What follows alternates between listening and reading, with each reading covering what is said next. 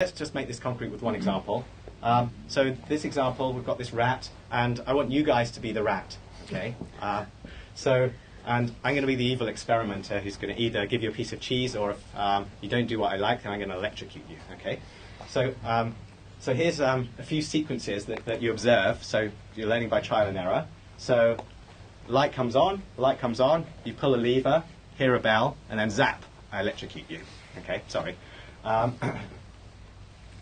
Second episode, you hear a bell, see a light come on, you pull a lever again, and you get a delicious piece of cheese.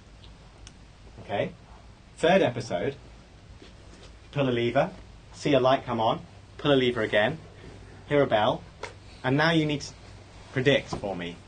Are you going to get electrocuted, or are you going to get a delicious piece of cheese? Okay?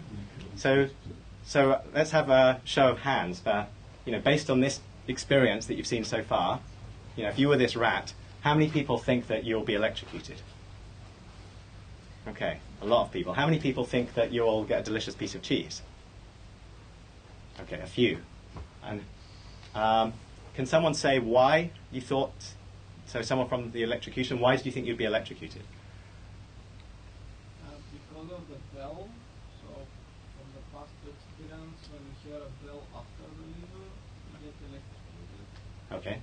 While in both cases you have seen a light before the lever, so we're not sure about it. Right, so the comment was that the recent history was the same. So we've seen light, lever, bell here, light, lever, bell here. So from the last three, we would expect there to be electrocution. So another way to say that is that if you're a rat and your agent state, the state that you're using to make your decisions is the last three things in the sequence, then you would believe that you're going to be electrocuted. However, that's not the only choice for state.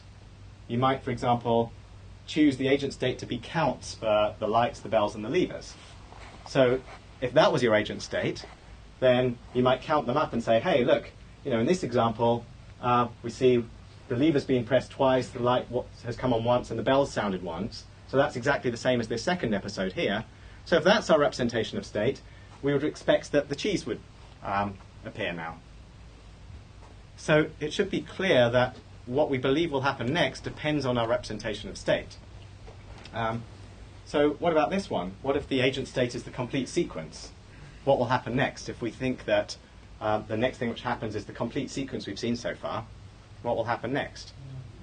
We don't know. And that's another legitimate case. It might be that actually the environment, what happens next does depend on the entire sequence, and you just have to see all four things before you know what happens next, in which case we just don't have the data to decide yet.